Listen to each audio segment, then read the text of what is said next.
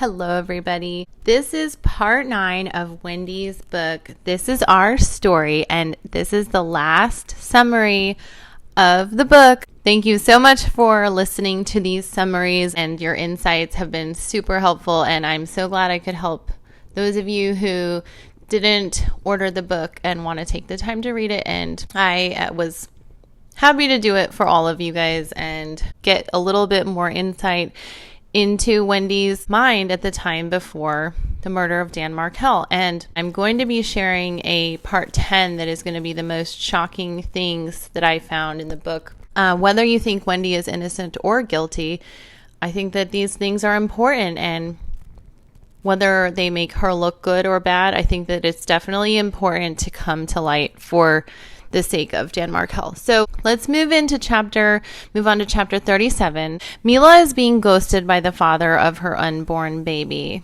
The father's name is Ty, and she met him at a bar, and he wanted her to get an abortion. Mila calls her mother, and she's very upset with her for getting pregnant. Lily has a health scare with her pregnancy, and she ultimately ends up having a miscarriage of her baby. Wendi says in a sidebar that in her family you either become a lawyer or a doctor, and she said she knew in 7th grade that she couldn't stand the sight of blood, so she became a lawyer. So Lily goes to the hospital, and Josh meets her there, and they're both very upset and worried about the baby before she miscarried. So after the miscarriage, Lily helps Rosa's family get visas to come visit her. Mila says that Lily has a perfect job, a perfect man, and a perfect life. Why should she be upset? Lily takes Mila to the doctor's appointment for her baby. And then Lily explains that she had a miscarriage. She didn't even tell her family and friends that she was pregnant yet. Wendi says in a sidebar that she doesn't talk to her friends from DC since she moved to Tallahassee. She says her marriage was going down the tubes. Lily is very upset about the miscarriage because it affected her ability to have babies in the future.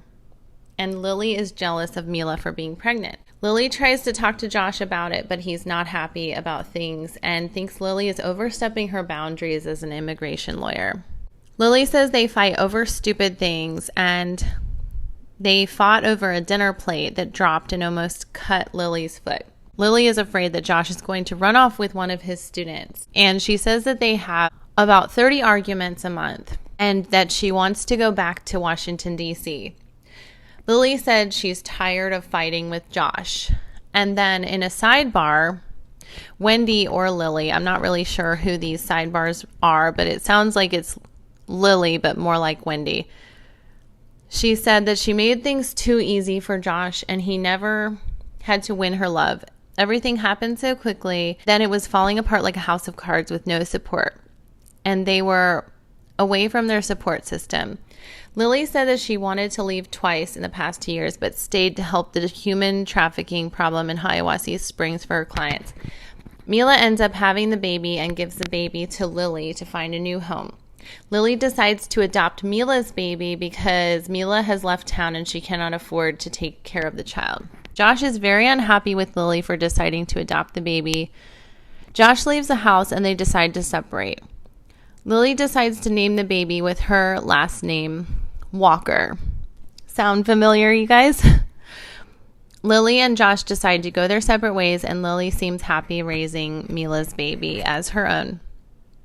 All right, you guys, that is the end of the book, and I will be coming out with part 10, which is the most shocking things about Wendi's book, and stay tuned for that, and also another video about some more visitation rights through the Markel Act, and I'm going to be talking about that in another video. So thank you guys so much for watching these summaries and my other videos. More content to come, you guys. Thank you for subscribing and watching. Have a wonderful day.